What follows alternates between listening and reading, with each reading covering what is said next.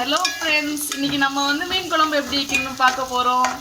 இதில் பார்த்தீங்கன்னா எண்ணெய் ஊற்றி கடுகு போட்டு சீரகம் போட்டு கொஞ்சம் வெந்தயம் போட்டு நல்லா நறுக்குன வெங்காயம் போட்டிருக்கு. இப்போ நம்ம நல்லா வதக்கிட்டு இருக்கோம். இதில் வந்து 4 பச்சை மிளகா அப்படி நீளமாக கீரினாப்பில் 4 பச்சை மிளகா உள்ளே போடணும். நல்லா எண்ணெய் வச்சு எண்ணெய் இல்லை நல்ல வெங்காயம் நல்ல ப்ரௌன் கலரில் வதங்கி வரணும். கொஞ்சம் உப்பு போட்டுக்கிட்டிங்கன்னா சீக்கிரமாக வெங்காயம் நல்லா வதங்கிடும். அதுக்கப்புறமாட்டு நாம் தக்காளி சேர்க்கலாம். ஓகே, இப்போ பார்த்தீங்கன்னா வெங்காயம் நல்லா ப்ரௌன் கலரில் ஆயிடுச்சு. இப்போ தக்காளி சேர்க்குறோம். தக்காளியும் நல்லா வதங்கணும். ஓகே, தக்காளி நல்லா வதங்கணும். தூள் ஆட் பண்ணிட்டோம். ஓகே, நல்லா வதக்கணும். தக்காளி நல்லா வதங்கி வரணும். அப்போ தான் அந்த குழம்பு நல்லா டேஸ்ட்டாக இருக்கும். சரி சரி, இப்போ கட் பண்ணி. இப்போ ஃப்ரெண்ட்ஸ், தக்காளி நல்லா வதங்கிருச்சு. இப்போ இதில் வந்து 4 டேபிள் ஸ்பூன் நம்ம மீன் குழம்புக்காகவே தனியாக அரைச்சி வச்சுருந்தா மசாலா சேர்க்குறோம். இந்த மசாலா நல்லா எண்ணெயிலேயே நல்லா வதங்கி வரணும். அது வரைக்கும் நம்ம நல்லா கிண்டுவோம். அதுக்கப்புறம் புளி கரைச்சி வச்சுட்டு நம்ம இதில் சேர்த்துக்கலாம். ஓகே ஃப்ரெண்ட்ஸ், இப்போ நம்ம வந்து புளி தண்ணியை சேர்க்குறோம்.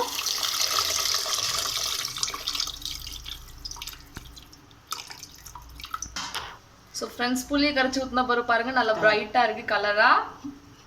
ஸோ ஃப்ரெண்ட்ஸ், இப்போ வந்து குழம்பு நல்லா கொதிச்சு வர்றது வரைக்கும் வெயிட் பண்ணணும். நல்லா கொதிச்சது பிறகு நம்ம அடுத்த ஸ்டெப் பண்ணலாம். குழம்பு இப்போ நல்லா கொதிச்சு வெந்துருச்சு மசாலாலாம். இப்போ நாம் வந்து மீனை ஒவ்வொரு மீனாக எடுத்து நம்ம இப்போ குழம்புல சேர்த்துக்கலாம். பாருங்க, மீன் நல்லா க்ளீனாக வாஷ் பண்ணி செல்லெல்லாம் எடுத்து வச்சிருக்கு, குடல்லாம் எடுத்து வச்சிருக்கு. இப்போ இதை ஆட் பண்ணுறாங்க நல்லா கொதிச்சு வந்த பிறகு.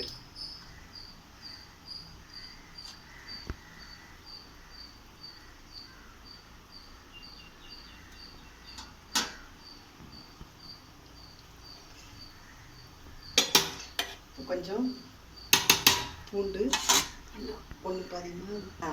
பூண்டு வந்து இந்த குழம்புக்கு வந்து கொஞ்சம் டிஃப்ரெண்ட்டாக நாங்கள் செய்கிறோம். பூண்டு வந்து முழுசாக போடாமல் அதை வந்து ஒன்றும் பாதியமாக நசுக்கி லாஸ்ட்டில் இந்த மீன் போட்டதுக்கப்புறமாட்டி இப்படி போட்டுட்டு அப்படியே மூடி வச்சிட்டோம்னாக்கி டேஸ்ட்டு கொஞ்சம் வித்தியாசமாக ரொம்ப நல்லாயிருக்கும்.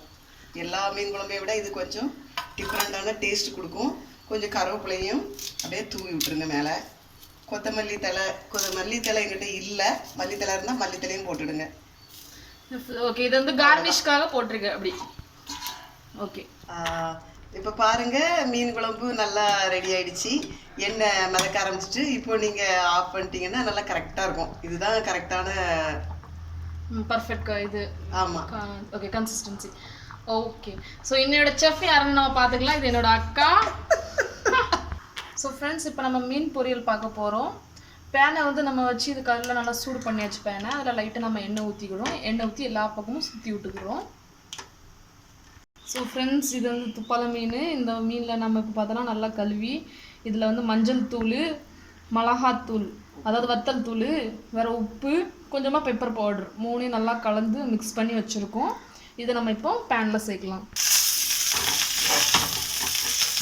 இப்போ நம்ம ஒன்றுனா ப்ளேஸ் பண்ணுறோம் பேனில்.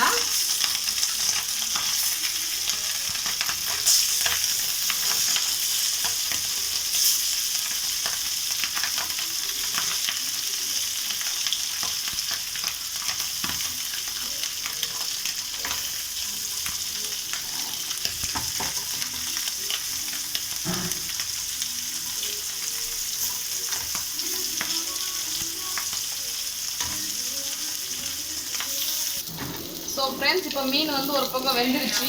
நம்ம வந்து அடுத்த பக்கம் திருப்பி போடுறோம். இந்த பேனில் என்ன பண்ணோம்னா ஒட்டாது. கடாயில் போட்டோம்னா ஒட்டும், அதெல்லாம் ஒட்டாது.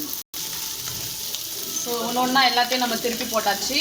பேனில் போட்டோம்னாக்க ஒட்டாது. கீழே கடாயில் பொரிச்சோன்னா மீன் எல்லாம் ஒட்டும். ஸோ ஃப்ரெண்ட்ஸ், நீங்கள் கேட்குற மாதிரி சரிதான் கேட்டிருக்கீங்க. பேனில் போட்டோம்னாக்கி நம்மளுக்கு ஒட்டாது, கடாயில் போட்டோம்னாக்கி கீழே ஒட்டும்.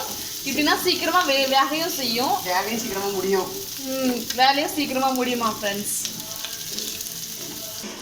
ஸோ ஃப்ரெண்ட்ஸ் இப்போ மீன் நல்லா வெந்துருச்சு. நம்ம இதை வந்து இப்போ பிளேட்டில் எடுக்கிறோம்.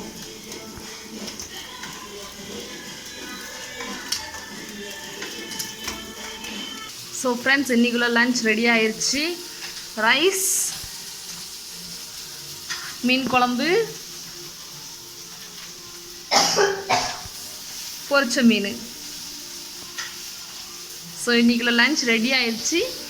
உங்களுக்கு இந்த வீடியோ பிடிச்சிருந்தா like, share, comment and subscribe பண்ணுங்கள் ஃப்ரெண்ட்ஸ். இதே மாதிரி வீட்டில் ட்ரை பண்ணுங்கள். உங்கள் லஞ்சை நீங்கள் என்ஜாய் பண்ணுங்கள். தேங்க்ஸ் ஃபார் வாட்சிங் மை வீடியோ.